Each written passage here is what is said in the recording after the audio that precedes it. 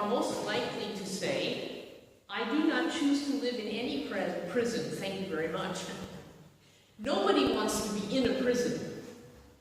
Most of the prisons that I know are not places that I want to visit, much less live in. I remember when Kenneth lived with us, and he lived with us for, I think was it almost 2 years? It seemed like it was a very long chunk of time. And towards the end of his stay with us, he was waiting for his asylum-seeking position from the government, and in the middle of the night, one night, the police rang our door and picked him up and took him off to jail. And I remember visiting Kenneth regularly in that time frame. For almost every week, I would make finally the trip by train and tram up to Mergentheimer to visit him in that ugly prison. Going through the checkpoints and into the prison where he was only intensified my revulsion for such a place. Kenneth didn't choose to live in that prison. He was forced to. It's interesting to me that we always feel, in our Western world at least, that we have unlimited choices. Choice has been sanctified, actually, in our society as a freedom. Freedom of choice is really high on the list of most people. Barry Schwartz, in his 2004 book, The Paradox of Choice, makes the point that infinite options seem a positive benefit on our society. You think, oh man, I have all these options. But he argues that a large array of options may diminish the attractiveness of what people actually choose. The reason being that thinking about the attractions of some of the unchosen options distracts from the pleasure derived from the chosen one. Have you ever purchased something and went home and thought, well, maybe I should have bought that other one in the store instead of this one? And it makes you not feel so good about the one you bought. Unfortunately, this happens also when people choose partners. We have online choices. I was reading a lot about this in one particular book recently in the summertime, and all these choices are making it very difficult for people then to settle on one person and remain with that person. It's easy then to say, well, if I lose this person, I can always go back online. And there's all kinds of selections there, perhaps better. So I'm not really as committed, you see, to the choice that I've made. The question is, and some of this is, can I have it all? When we think there are all kinds of options out there, we may never settle for one. And therefore, we live in perpetual unsettledness. I think in our world today, we see that people are not settled down anywhere. There's always a bit of agitation. And I think some of it is partly due to this perpetual thinking, I don't have all that I could maybe have. Or what I have chosen is maybe not the best. On the other hand, if we settle for the next best option, we may limit our lives through the fear of, what if I had chosen differently? Have you ever played that game with yourself? What if I had chosen differently? What if I had studied something else? What if I had gone into a different job? So sometimes we can second guess ourselves. So choice is part of human freedom, and I'm glad for it. Although I don't need the hundreds and hundreds of choices when I go into Kaufland and buy cheese, for example. They could cut that by at least half, and I'd be happy. Maybe you wouldn't, but I would. So, choice is part of human freedom, and at the same time, it's part of our human dilemma.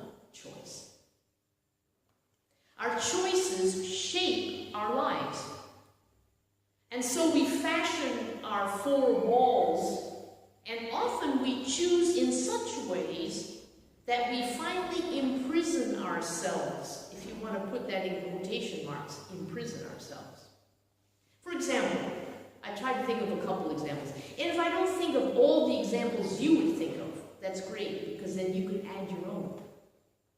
Or you can say, that wasn't a good one, she should have picked another one. That's okay. Take indebtedness, for example.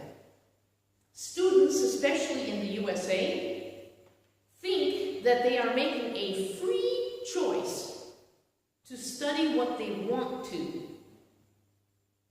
But by choosing the indebtedness that comes with this university study, it limits their choices later.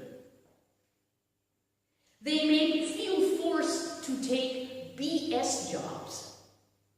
As I heard someone quote, BS jobs. I don't think I have to spell that out for you, do I? BS? Yes, well, that's right. Priscilla finally got it. You may mouth it to everyone.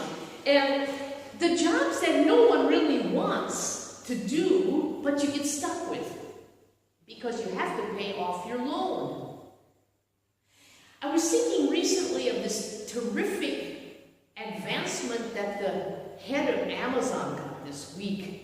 He got a huge benefit. Now he only has over $100 billion instead of just maybe, what, the small amount he had before. And yet, the problem is all the persons working at the bottom of the line are not making a good enough wage. BS jobs. Modern-day slavery, I would say, is working in some of the Amazon places, or places like Amazon, where you're not allowed to sit down, you're not allowed to talk to the persons you're working with, you're only to run, basically. That sounds like slavery to me. Or what if you're perpetually living beyond your means for some reason and create debt, which suddenly, because of a loss of job, you cannot pay back the bank? You become locked in. Locked in. Or you fall through the slats. I saw a documentary just this week about a man who was trying to regain his position in society, trying to get a job again, trying to get back, and he had lost his job. And sometimes when people lose their jobs, even in this society, you can fall right through and end up on the street. And we see living on the street is no pleasure. Recently, the two were set on fire by people thinking it's funny to pour inflammatory material over people living on the street and set them on fire. There's anxiety on the streets by people who are homeless. Isn't that wonderful in a society like ours that people have to be afraid? Or that we don't have enough gumption to make places for people who are in this position that they never really chose per se. Life can also make the choices for you. We can form prisons often by thinking we have no choice, or by thinking we have unlimited choices. A prison mentality can develop either way. In Robert Quinn's book, Building the Bridge as You Walk on It, he suggests it's possible to choose a more authentic way of being.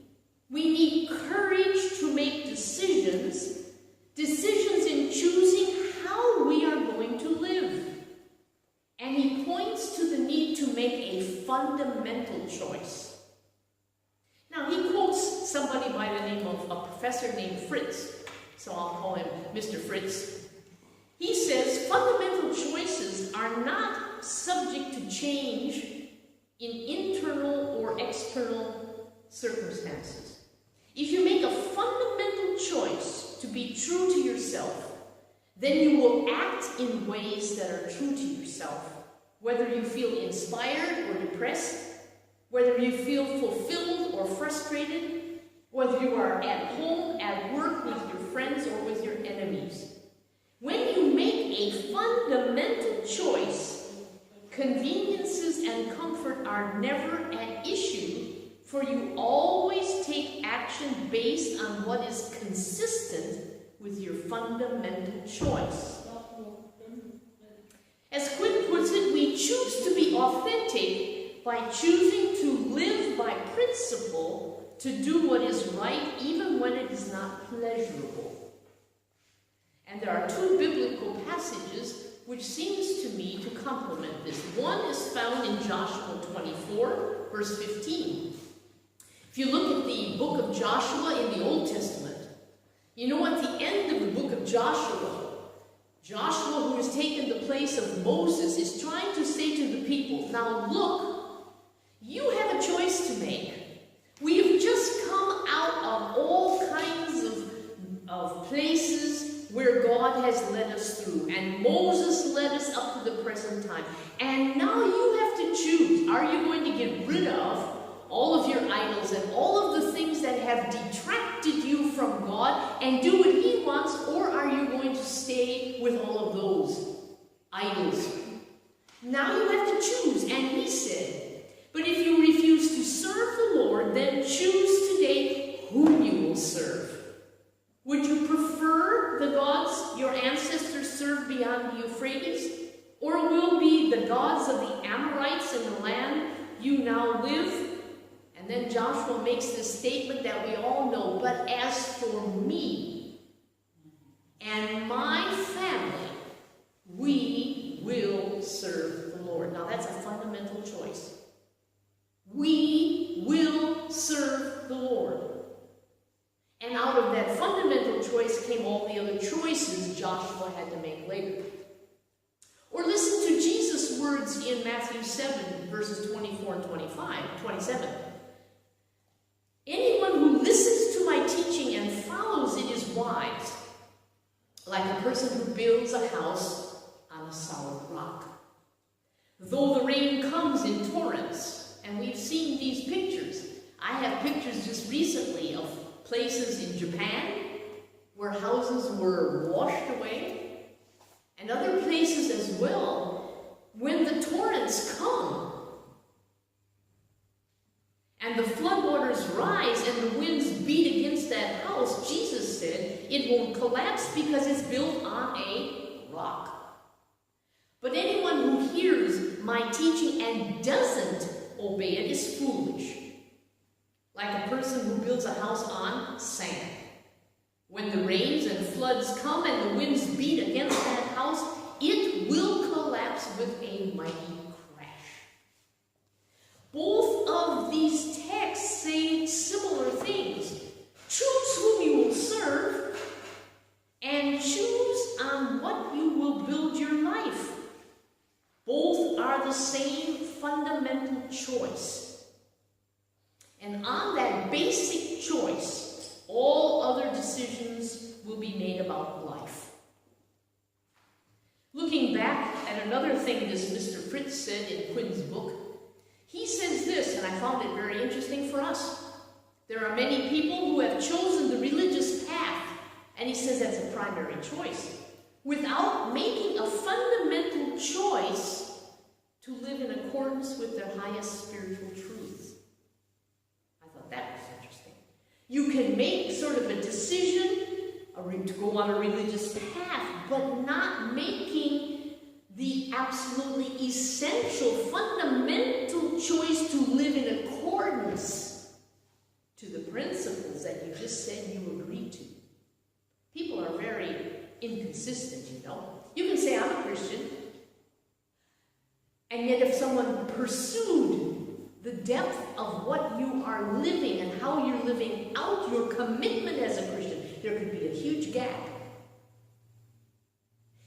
He goes on to say there are many people who have chosen to be married, that's a primary choice, without making the fundamental choice to live from within a committed relationship. I thought those were two very powerful sentences that were in that paragraph on choice. Perhaps you're beginning to see the interesting depth to this theme. For what we end up living in is a product of our perpetual choosing. Building a house house on the rock of Jesus' words and following them in committed ways leads you to a totally different end result than hearing Jesus' words and saying, well, that's really nice, but not making a fundamental choice to remain committed to them. And at the end, you can have a wind-torn, rain-torn house. And you know what? The creation of our own prison is not always easy to see.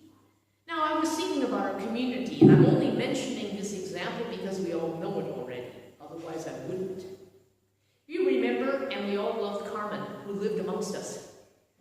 What a dear. We miss her, but remember her. Bless her memory. We all loved Carmen, and yet we saw many times that she was very conflicted and inwardly distressed.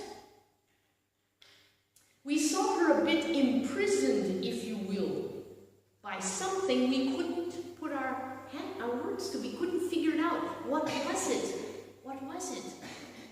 And then she became ill, which is often a consequence of that kind of inward stress. And through that illness, she came out of hiding. And we knew the story that she was trying to hide, and when she could let that story out, she was being released from a prison she had made for herself. A prison of her own making. And when she could finally live her own true, authentic story, the prison doors opened. I still remember the quarterly meeting in this building when she came up those steps, our last time we saw Carmen before she passed away. She adamantly told all of us, the Lord has forgiven all my sins, I know that. And I thought, why is she going on and on and on about that? She was adamant about that for maybe 5 minutes. And I said, well, Carmen, we know that.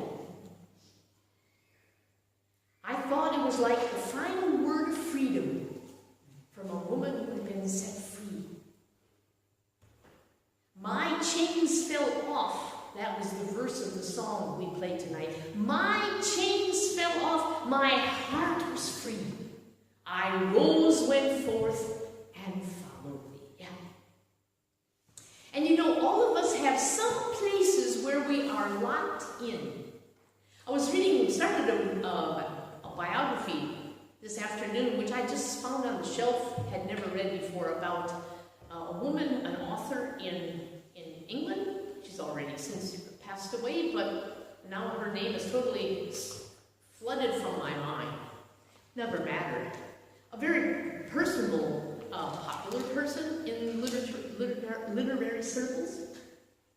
But in the very first page of the book, it said, she always kept secret that she had an illegitimate son, and even her closest friends never knew. Interesting. We can actually create a paradigm that doesn't allow anybody in to our life, or we live imprisoned in thoughts, thinking, well, what will people say about me? That was part of Carmen's problem. She was worried. The community will throw me out if they ever knew. And we said, we won't throw you out. We won't criticize you. You're one of us. Do you notice what I'm saying? We can create imprisonment, and it's not necessary. Personally, that can happen, but there's even more. For the fun of it, last week, not this week, but the week before, I Googled my title to my sermon. I thought, I wonder if anybody's come up with some thoughts about that. And sure enough, someone came up with thoughts about that. Prisons we choose to live inside, not in, but inside. I thought her title's better than mine. Prisons we choose to live inside. Doris Lessing is a Nobel Prize winner. And she gave these 5 lectures in the Canadian Broadcasting, for the Canadian Broadcasting Corporation in 1985. I just finished reading the book yesterday. It's not written by a Christian, but by a very interesting, perceptive person looking at how people tick, looking at how our society ticks. And what's interesting in her essays is the way in which she reveals how often we as persons are imprisoned by the ideas of our time. As if these ideas around us are the absolute truth and will remain like this forever. She grew up and went through the World War II and into the following years after, and she even had a period of time where she believed in the communist philosophy, which she later tossed. But she said as a young person she was convinced of it. And then, like some ideas are, convinced it's the only way to be, and then realizing later, after seeing all the revelations of the failure of the philosophy, she realized that wasn't it. What am I trying to say here? All of us need to be aware of what is pushed on us in the society around us, as if all these ideas we see right now are the truth that will last. They may just be the passing trend, here today and gone tomorrow. Who would have thought that all of the value structures and the systems that we thought were in place 2 years ago would be tossed on their heads now in the Western world? Just look at trade. And that's not to say that all those ideas about free trade are right. I'm just saying times have flipped them.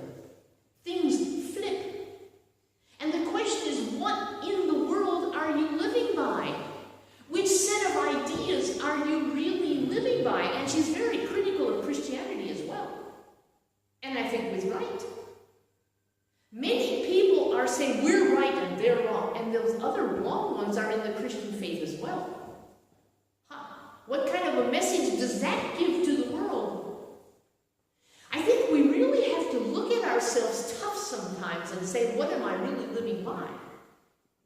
And so she addresses in this very interesting short book of essays questions like how to think for ourselves, how to understand what we know, how to pick a path in a world deluged with opinions and information, and how to look at our society and ourselves with fresh eyes. So you see this theme that I picked out kind of, I don't want to say naively, but maybe that was it. I thought, well, that looks interesting, and I had my mind in a certain box, you see. This unglued my box and made me realize the box is bigger. It not only touches us individually, it has dimensions for the outer world.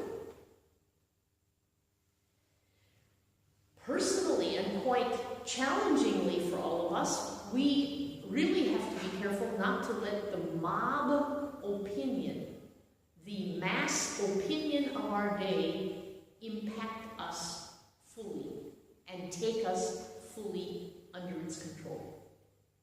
There's a danger. We can't be imprisoned by current trends as if they're the last word. We need to strengthen our capacity to reflect on our lives and to challenge ourselves by asking, what am I really living by anyway? Am I just saying I'm a Christian, or am I living like a believer would live? And how does that look like anyway? And ask ourselves, what choices have I made which quite literally box me in? One more funny little example, not funny, but I know it, and it's nothing that would affect you negatively. I was thinking about my mother, who was worried about everything. I had a worrisome mother. She worried. And you know what? Worrying all the time can make you put you in a box. When she got older, and all of you can remind me of the story as I get older, okay? You can say, remember your mother. She had trouble with incontinence like many older people do. And she was always worried, well, what if I left the house and went out shopping? And what if I left the house and something happened and I had some sort of trouble along the way? And because she had feared that this could possibly happen, she limited what she did. I used to try to say to her,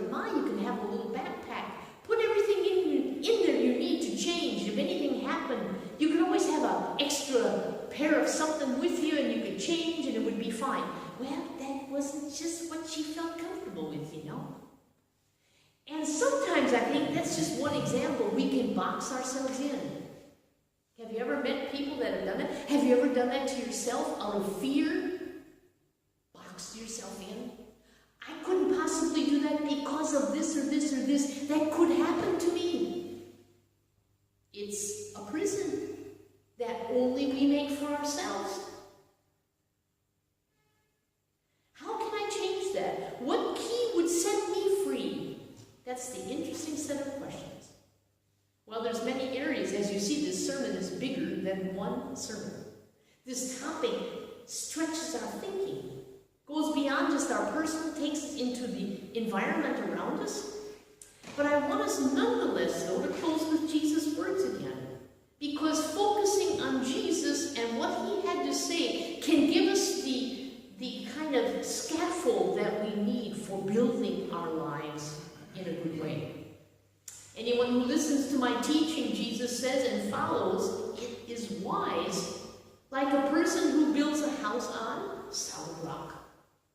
Though the rain comes in torrents and the floodwaters rise and winds beat against that house, it won't collapse because it is built on the rock. But anyone who hears my teaching and doesn't obey it is foolish, like a person who builds a house on sand. When the rains and floods come and the winds beat against that house, it will collapse with a mighty crash. My prayer for all of us is that we will build in such a way to be let out of our prisons and to build on solid ground that will let our lives remain standing at the end of the day. Let us pray. Oh Lord, thank you for your good message to us, your word, your living word, and the thoughts that people have made about such things. We pray, oh Lord, that you will speak to us by the Spirit precisely where we need to hear this. Lord, we can think of everyone else who needs to be turning the key to their prison door. But we pray that we will find the key that you want to give us to our own prisons. We pray these things together in Jesus' name.